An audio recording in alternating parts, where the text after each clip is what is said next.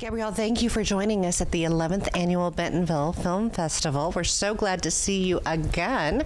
This is not your first foray here.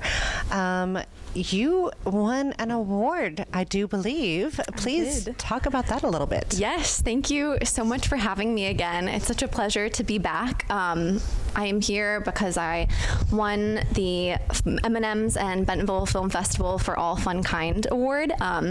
So grateful to the festival and to Mars Wrigley for that. Without their support, quite literally, this film wouldn't have been made. And, you know, I talked a little bit about this in the filmmaking panel, but it really kind of helps when you have, each time you finish a film, you wonder, oh, will I have another chance to direct? And so having that extra added belief that, you know, the festival and the grant givers saw potential in me and my ideas and saw the importance of this story being told just means the world. So I'm really excited to be here speaking with you about it. Thank you. And for the viewing audience, please tell them a little bit about Level Up. Yes. Level Up is the story of 3 female video game developers. It's sort of a day in the office as they are going through a pitch competition, and they soon realize that their male coworkers have stolen their idea. It's kind of a modern day allusion to 9 to 5 mixed with some elements of Scott Pilgrim.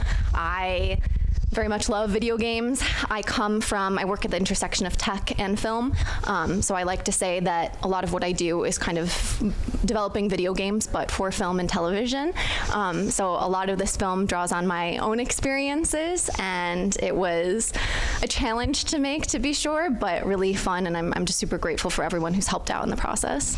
Now, there's lots of little details and little moments that correlate back to gaming. Yes. Could you please talk to some of those? Yes. Yeah, we wanted to make it so that if you weren't an avid gamer, you could understand it, you could get where the story is going, but if you have played a lot of video games, hopefully you can pick up on some of our Easter eggs. So all of the NPC dialogue is sort of homages to famous, fan-beloved NPC dialogue in video games like Pokemon or Elder Scrolls, or there's so many different ones.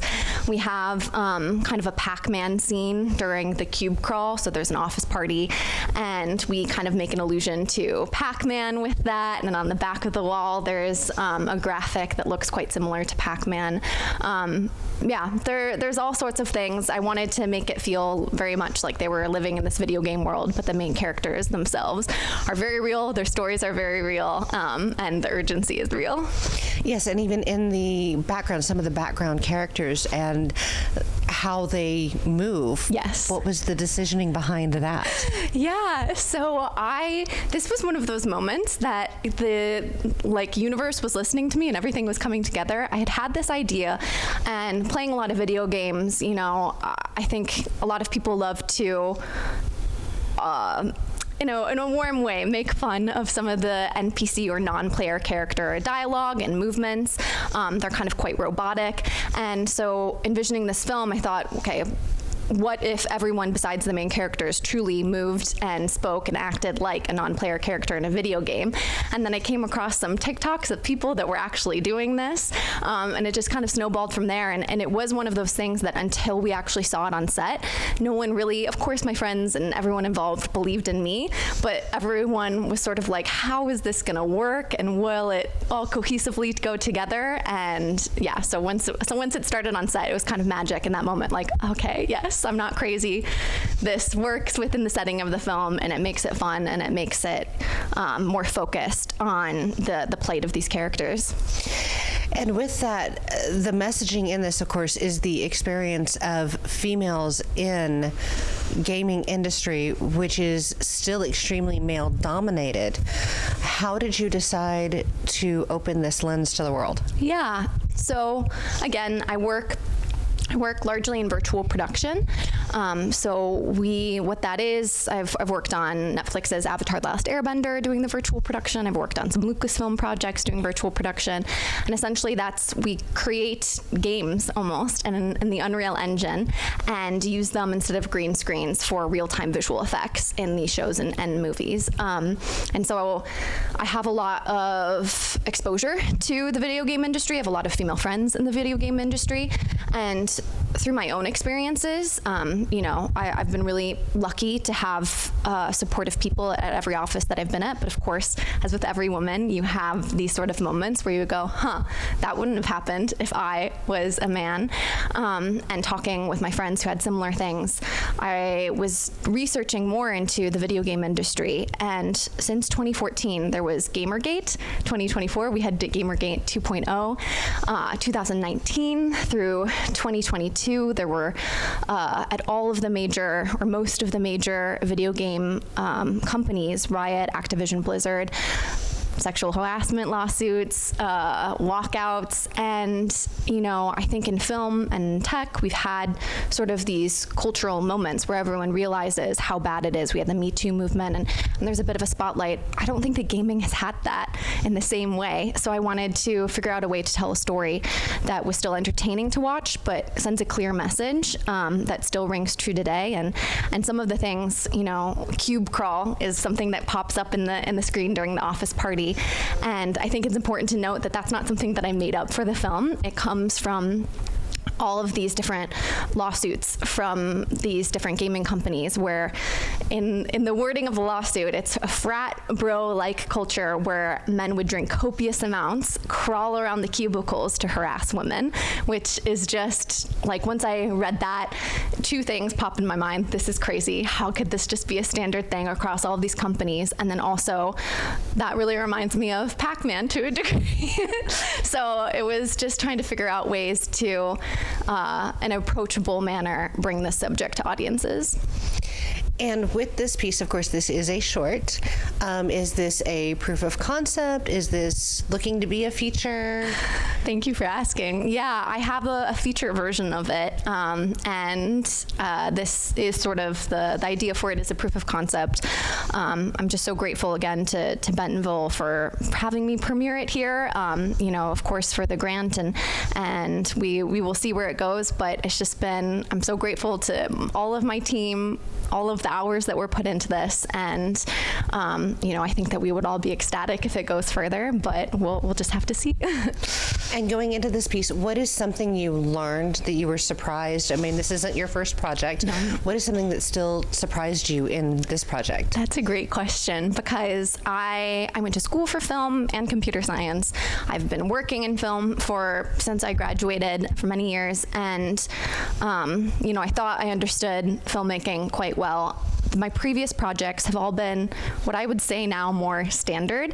My last project was more of like a biopic on Margaret Hamilton, who was the woman who led the software team for the NASA Apollo missions. And that, everyone understood to the same extent like what we were making. For this, because it was really something that lived in my head for so long, and it was more stylistic, I realized that how much of a challenge it can be to align every single department.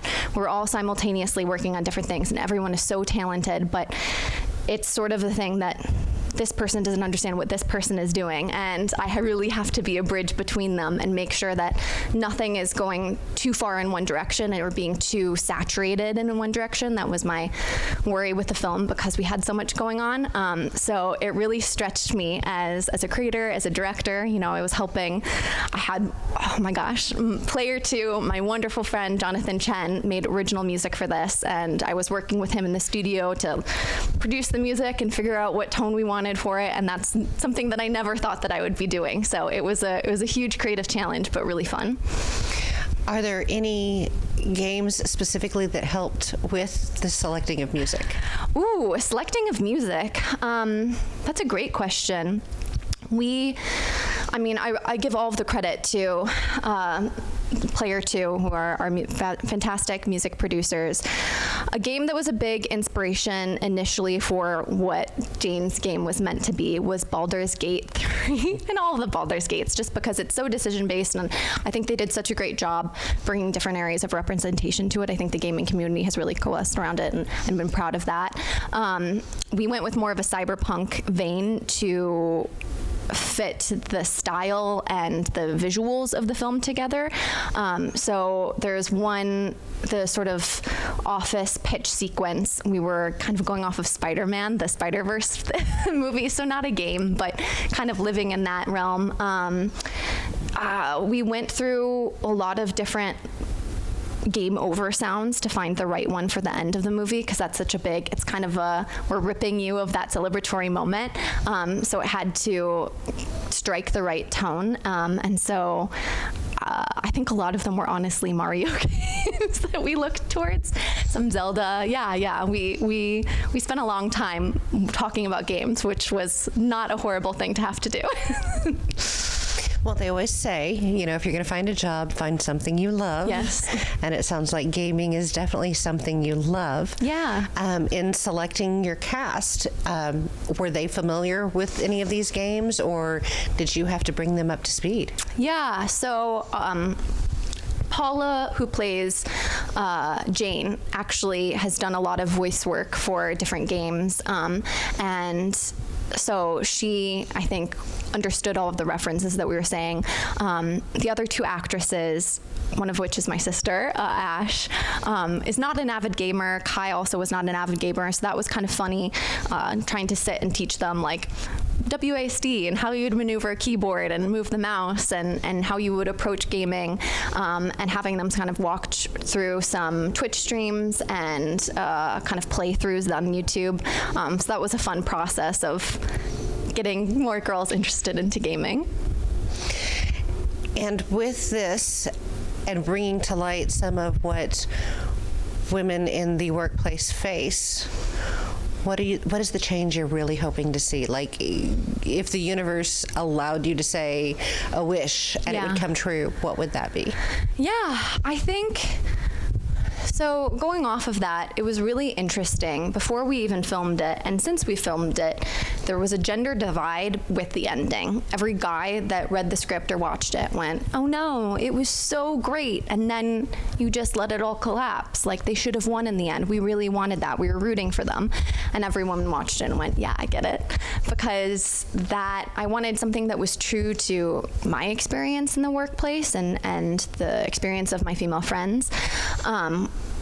Which is that it doesn't always work out. You work sometimes 10 times harder as your male colleagues, and the play again at the beginning, at the end, was kind of allusion to that Sisyphus, like you're pushing that boulder up the hill and it will sometimes roll back down at you, and you just got to keep pushing it up, and maybe you'll start a little higher on the hill, and that's sort of what I faced.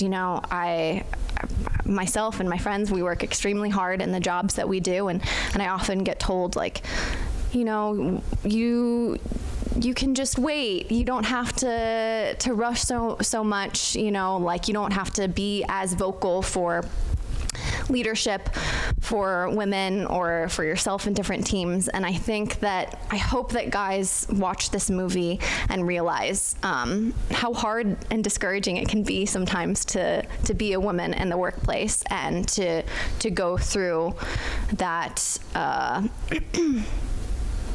feeling that your voice is not being heard, or that credit is not being given where it's due, which feels like such a petty thing to complain about sometimes, but I think that it's important.